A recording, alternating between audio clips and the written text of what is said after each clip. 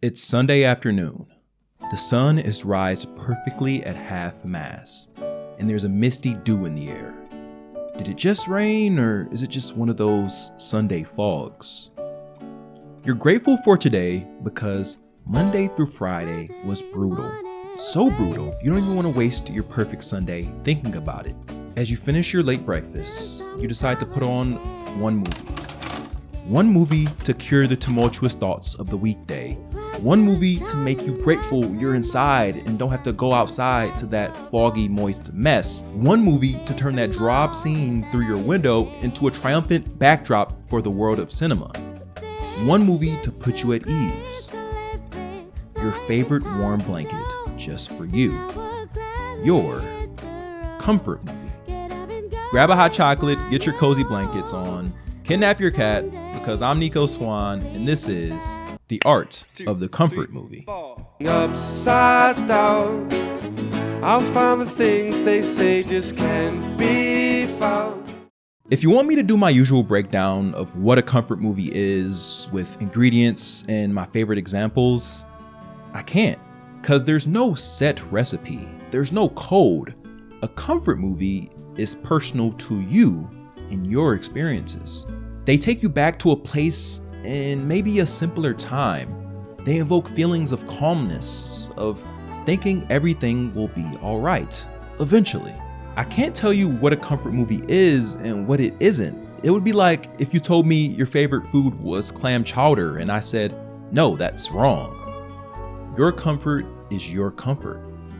But I'm also sure I can get in the right ballpark of your comfort movie. I can get in the same vein because comfort is a human experience we all feel and we all connect to. So let's connect as I tell you some of my favorite comfort movies and why they give me so much comfort, and hope that even a bit of that can make you feel something in any way. A classic ingredient that gives us comfort is going back to our childhood. It can make a hardy man cry, make Eeyore smile. It can even fill the cutthroat, pessimistic anti-ego's heart with joy and comfort as he feels his taste buds get that taste of home. This type of comfort movie can transport us back to when things were a little more simpler. So let's go back to the childhood of Nico Swan. This might be harder for new kids as they have access to thousands and thousands of movies, but that was not my case. In 2005, when I was 5, I had a room. It had a computer with no internet, a PlayStation 1 with 1 game, and a DVD player with 3 total movies. Not thousands at my fingertip, 3. 3 that I would watch over and over again. One of those was Harry Potter's Sorcerer's Stone, which I loved, but it was overshadowed by the other DVD, which resonated so much more. Spider-Man 2. This was no surprise, because even before this movie, Spider-Man had been my entire thing. I had red and blue walls in my room at my mom's house, a Spider-Man mini fridge, trash can. I even would secretly put on my Spider-Man costume underneath my clothes in preschool. The sense of justice, responsibility, doing right was so important to me and still is a core of my beliefs. So obviously I would love the Spider-Man 2 movie. I mean, I had the first one on DVD too, but that wasn't just it. The Spider-Man 2 movie changed everything. The movie had me not connecting to Spider-Man, but to Peter Parker. I found myself relating to him and connecting to his personal struggles. I became more interested in him not affording his rent, struggling to keep up with schooling, navigating life. I was way more interested in this simple, comforting scene of Peter eating chocolate cake with his sweet flatmate than I was him beating up Doc Ock. I would rewatch the raindrops falling on my head montage more than anything else. I talked about this being one of the signs I knew I wanted to be a filmmaker in this interview I gave during my last film premiere. All right, what inspired me to be a storyteller? You know, I always loved the movies, man. I always loved the movies. What I would do is watch the same 2 movies over and over again. I'd watch Spider-Man 2. And I would recreate the scenes in real life. But, you know, Spider-Man, you know, what do you think you'd recreate? Like him, like doing the webs or something cool like that? I was not recreating. I was recreating him like eating hot dogs, like the slow parts of the film where he's just like, it's like a character moment. I was like recreating that at like 5. So like, I've always just liked telling stories, you know? So nowadays, when I put it on, I'm not the 20-something Nico Swan struggling with money, career, relationships like Peter. I get time traveled back to 5-year-old Nico. in his Southfield, Michigan apartment building. And in this apartment, I'm almost cosplaying as a future self with a fake sense of struggle. Because in my brain, there wasn't any stress or panic, just comfort and pretend. A comfort movie, guys, I'm gonna invent another word. I can't keep only saying the whole thing. Let's call it comfy. This might not be my best work like Noculart in the last one, so don't get mad, but as always, Shakespeare invented words all the time, and he's the best to ever do it. So not only can a comfy transport you to childhood, but it can take you to a different time entirely, where things were just different. It can take your brain out of the harsh realities of this world by putting you in a completely different one. We find this in The Great Escape Comfy. A lot of my female friends love this type of comfort movie. Period pieces like Pride and Prejudice, Little Women, Atonement, none of which I have seen, and I don't have time to get into why fully without being called the S word, but we will circle back on it later. The mask equivalent can be westerns like from Sergio Leone, but neither of those are my favorite cup of tea. And I bet you 1,000 Arizona iced cans you won't be able to guess my favorite period piece comfort movie. Super Size Me. The double quarter pounder with cheese meal. I think I'm gonna have to go supersize. It's hard for me to watch him go through this. It seems like you're starting to get addicted to it now. These numbers are outrageous. Unfortunately, you caused some major harm to your heart, your liver, your blood. You're gonna die. I will explain the plot further for those of you who weren't blessed enough with having an unenthusiastic substitute teacher roll in the box TV and play this VHS during your third period. Super Size Me follows Morgan Spurlock in 2003 as he attempts to only eat McDonald's for 30 days straight. Super Size Me takes me to a place entirely different from our modern times. A time where people still at least pretended to care about the American food system poisoning us. Before we had DoorDash. A time where our unhealthy industries seemed ripe for changing. A time where corporate greed is at the forefront. A time where we pretended the spectacle of this guy eating McDonald's every day wasn't the real reason it became popular. A time where we didn't know that the big real reason for Morgan's health decline is excessive drinking during the production, not McDanks. Post 9/11, peak Iraq war, where you could supersize your already egregious meal. It's so interesting that this movie is supposed to make you disgusted by McDonald's, but me and my brother would watch it all the time and just crave McDonald's after. What really brings this home as a period piece is watching this with historical context. Because you'll think, wow, America is a crazy place in 2003, but surely it's only up from here. And boy, is that wrong. That being said, the 2000s is still my dream era to live in, so this being my pick is no surprise. Transporting to childhood, transporting to a different time period. What about constant transportation? One you have every year. A yearly trip, a tradition almost. New memories being made each year, like your yearly Rocky Horror Show where you dress up. A comfort in routine, a comfort in the same tradition. This tradition can be your holiday movie. Jingle bell, jingle bell, jingle bell rock.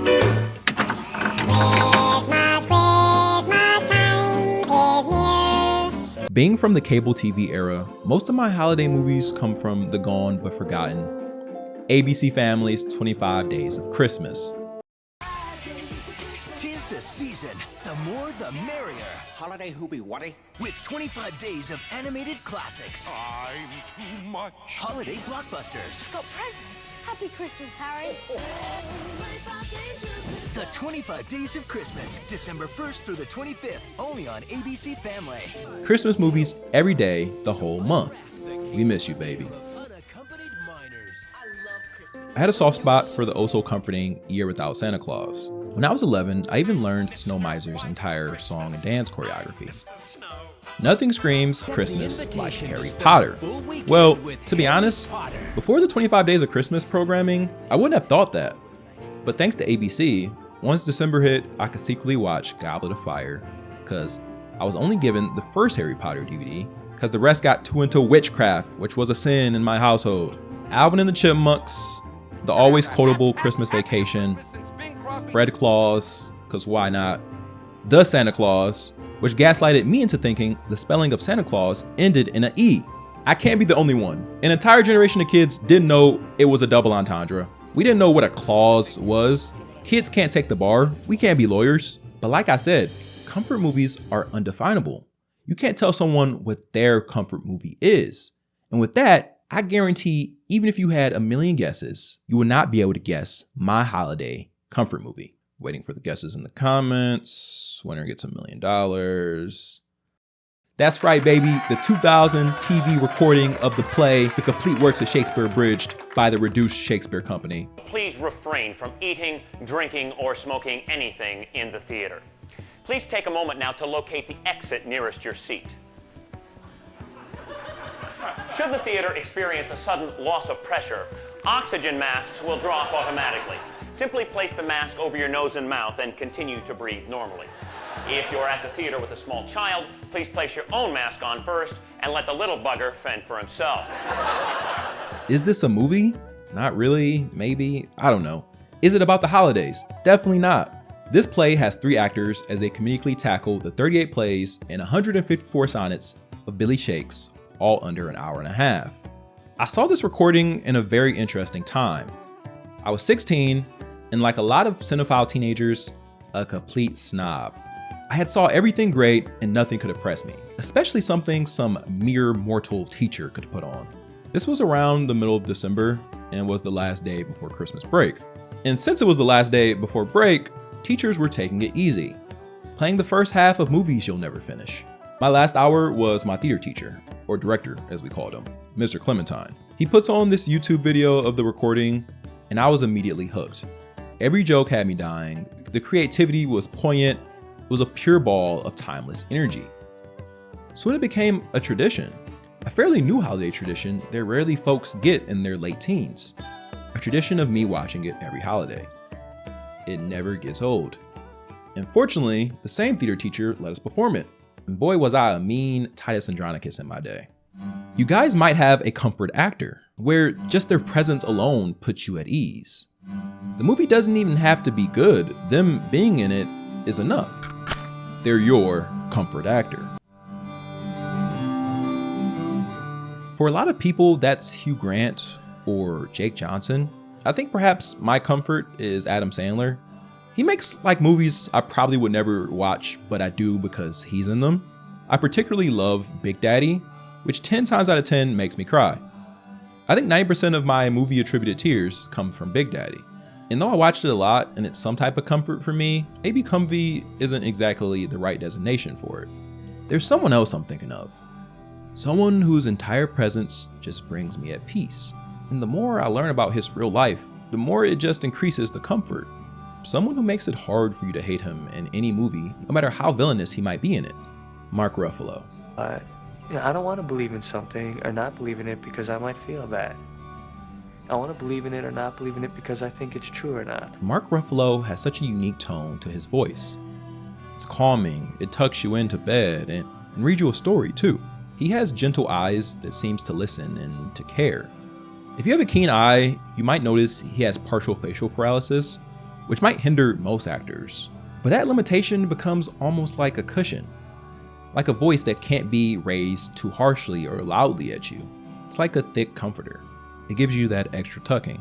A lot of people have 13 Going on 30 as their comfort movie, which I love, but what I love more is Begin Again, directed by one of my favorite filmmakers, John motherfucking Carney. I was having a nervous breakdown and then I heard your song. I want to make records with you. The film follows Mark Ruffalo's character, who is a record label executive who becomes disassociated from the politics of how the new music industry works until he finds Keira Knightley, and they pave their own way. I love music in movies, and these songs just hit. And like a lot of comfort movies, it's just a feel-good film. A guy like that falls on his luck for a couple of years. People lose sight of who he is. It has that John Carney sincerity that is almost lost in modern movies. It's unafraid to bask in the laughter and cheese of human life. It doesn't do a jokey quip at the camera to dissolve that genuine, sincere feeling. It lets you live in it. But is Begin Again my favorite Mark Ruffalo film? No.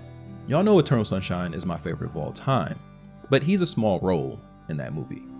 My favorite Ruffalo movie that also is on my all-time list is The Kids Are All Right. He's not a father. He's our sperm donor. Lesbian couple Nick and Jules have been together for 20 years, bringing up 2 children thanks to the contributions of an anonymous sperm donor. As 18-year-old daughter Joni prepares to leave for college, she and younger brother Laser get curious about their heritage, making contact with Paul, the laid-back restaurateur, whose sperm bank deposit helped bring them into this world. The two set off a chain reaction. This movie is so slept on, and I don't know why entirely it's a comfort movie for me. Maybe it's the colors or Mark Ruffalo, like we mentioned, but I think it's because it just feels so familiar. I'm not adopted, my parents aren't lesbians, I don't have a cool deadbeat motorcycle father figure, but Lisa Cholodenko finds a way to make this film feel so universal in a unique way. This 2010 film just feels like Sunday morning brunch. And I told her to relax, and then my tongue started working again. I don't want to speak for everyone, but I know for most, when they think comfort, it usually doesn't feel like this. We usually want chill comfort. The feeling of a comfort movie is the opposite of whatever the panic-inducing feeling I had while watching Uncut Gems was. This could be a slower pace, less plot heavy, it could emphasize character moments, just chill.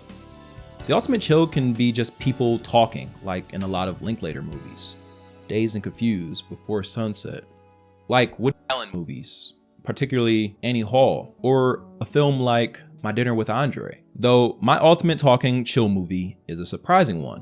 What if I told you this chill talking movie made $960 million at the box office?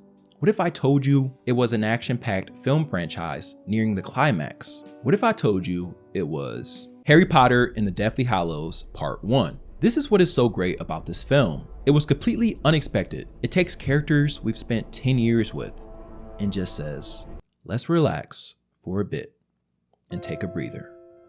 Before this is all over, before we most certainly face our demise, before everything the series has been building to hits a crescendo, let's just sit with our characters one last time. It's that breath of fresh air you take with your friends before high school graduation. I'm so happy they were allowed to do this. The Warner Brothers of today would probably demand reshoots, shoving in more action. We get to see the love these characters have for each other materialize. We see their flaws, shortcomings, and really humanize them. Harry and Hermione slowly dancing to this Nick Cave song is just everything. It's the cherry on top for this calm, before the storm movie.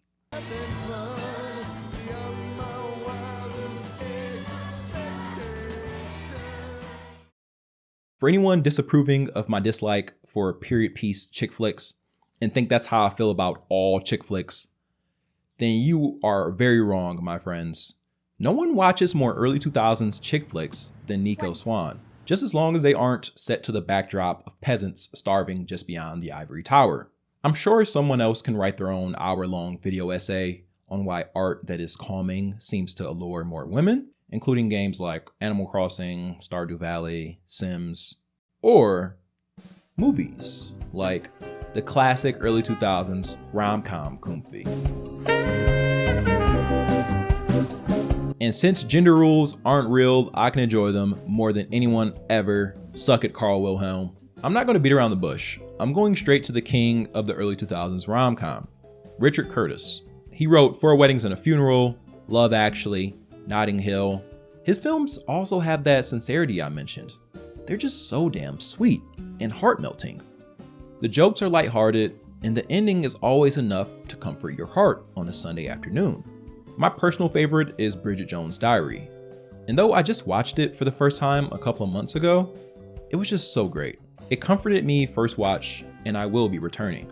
These movies hit that C-spot because, what's more comforting than a world where your minimum wage job selling flowers can get you your own flat in London, your friend group is full of all types of fun characters, including a token queer person, a man who works in serious finance but is a freak once he's off the clock, and the couple who pretty much acts like your parents. calling you, making sure you're okay, baking you sweets. Not only that, in this world, your biggest problem is whether you will be single or super in love. Amazing. That's just any Tuesday for me. Boy, if life were only like this. Have a laugh. Everything's okay. A big part of comfort can be just wanting a good laugh. A good laugh can instantly put a smile on our face, make us feel like we're just having a good time with friends, give us a sunny disposition to start the day. This could be Talladega Nights, Don't Get Me Started on the Nice Guys, or my pick and surprise, another rom-com, but more com than rom, and more what people consider bro flick than chick flick, The Wedding Crashers! Crashing weddings. We are going to have tons and tons of opportunities to meet gorgeous ladies that are so aroused by the thought of marriage that they'll throw their inhibitions to the wind. Alright, there's these guys that crash weddings, and they actually might find love in this aristocratic wedding. This movie is just so buttery, baby. It's money. I saw it for the first time a couple years ago, and it just has that comforting vibe only a 2000s comedy can give you. And like most 2000s flicks, yes, there's 2 needle drop song montages halfway through, which I love oh so much. I get most of my music recommendations from these. They alone give me so much comfort. Till I drive you away. You're still sleeping.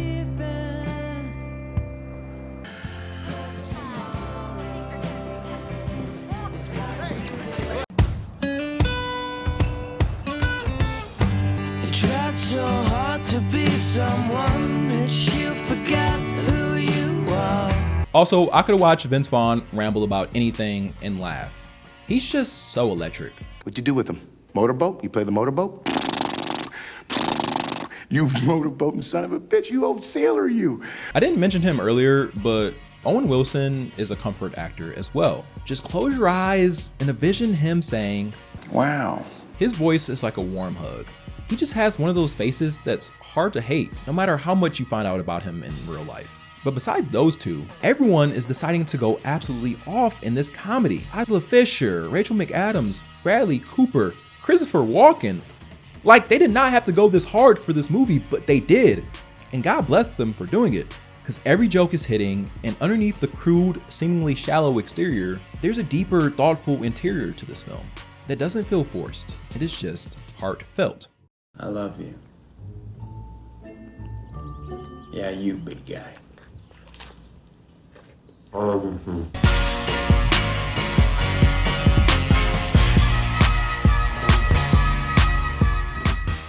Last, we got Let me tell the world that you are mine and never let me go.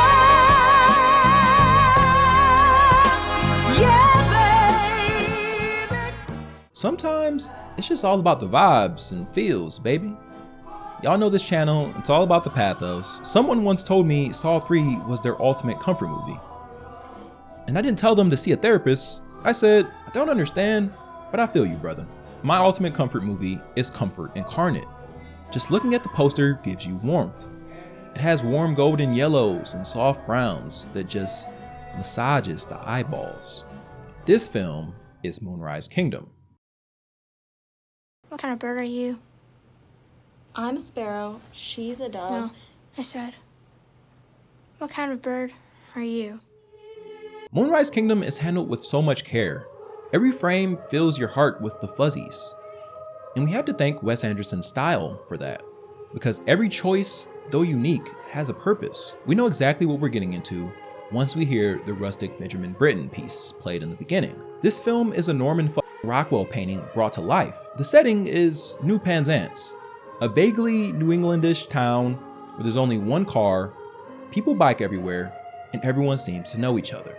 The film follows two 12-year-olds, the idiosyncratically charming but off-putting orphan Boy Scout, Sam, and Susie, a girl that comes from a tumultuous but loving family, and her idealistic views has her wanting to escape, like the characters in her books. These two have fallen in love and decide to run away. But a violent storm is approaching the island, forcing a group of quirky adults to mobilize a search party and find the youths before calamity strikes. This film has everything I mentioned previously.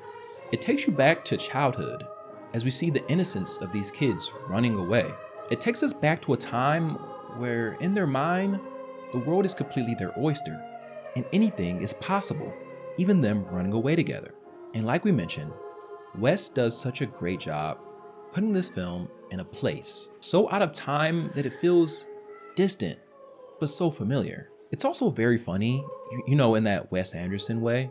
Jiminy Cricket, he flew the coop. But like I said, the vibes are just through the roof. They shot this on the oh so beautiful Super 16mm film, and that is a great way to comfort the audience. We rarely see it, but when we do, it's just so homey. The resolution is just good enough to keep you captivated, but just low definition enough for it not to overwhelm you. It's inviting and makes you think of simpler times. Every aspect of this film elevates that idea. Simpler times. The kids knowing what they want.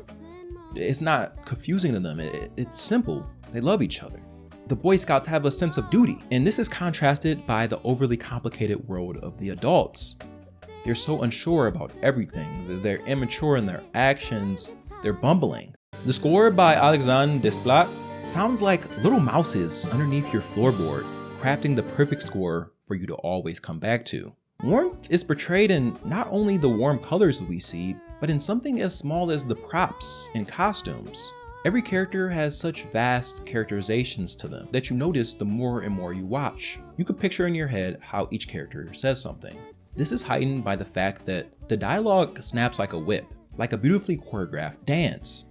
If I'm trapped in a log cabin and I'm only given one movie for one Sunday afternoon, this is the movie I'm picking.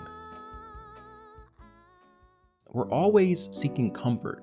Us humans want to feel like everything is going to be okay, no matter how crazy the world gets or hopeless things may seem.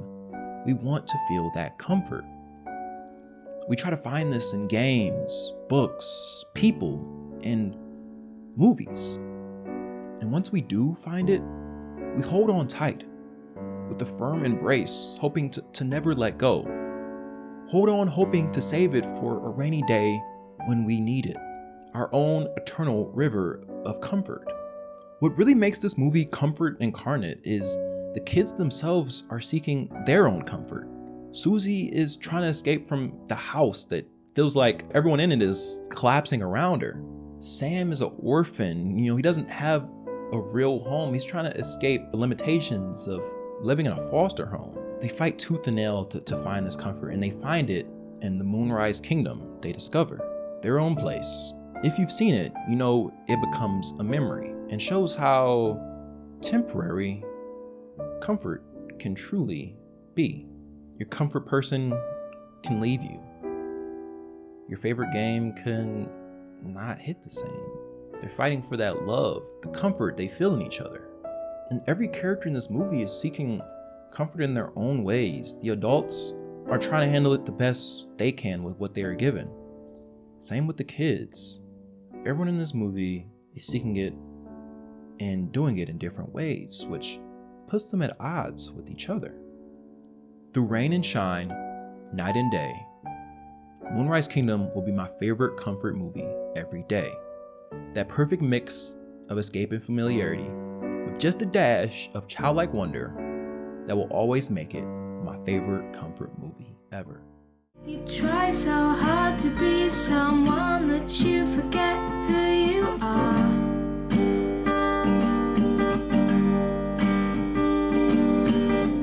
You try to fill some emptiness till all you had spilled over.